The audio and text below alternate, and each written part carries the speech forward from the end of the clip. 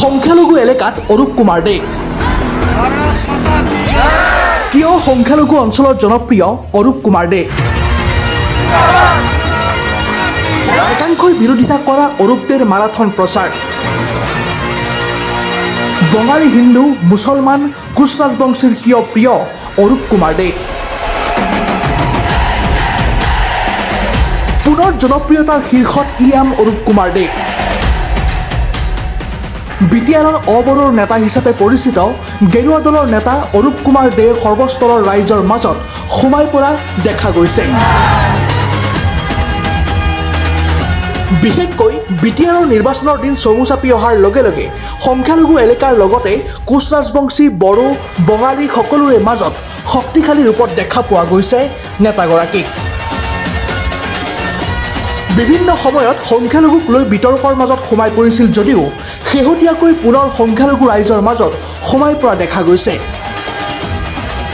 ইফালে কোচ ৰাজবংশীৰ বীৰত্ব চিলাৰায়ৰ স্মৃতি ৰক্ষাৰ স্বাৰ্থত নেতাগৰাকীয়ে কৰা ঐতিহাসিক কৰ্মৰ বাবে কোচ ৰাজবংশীসকলৰ মাজতো জনপ্ৰিয় হৈ পৰিছে নেতাগৰাকী।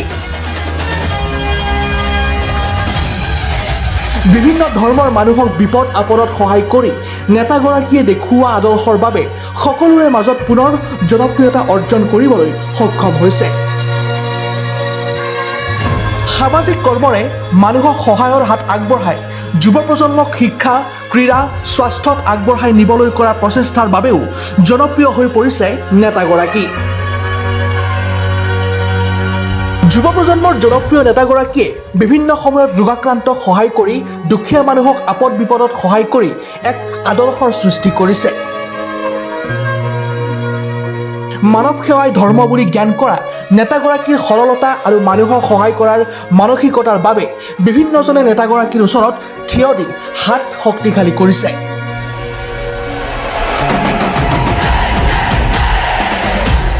ব্যুৰ' ৰিপৰ্ট, প্ৰতিবিম্ব লাইভ।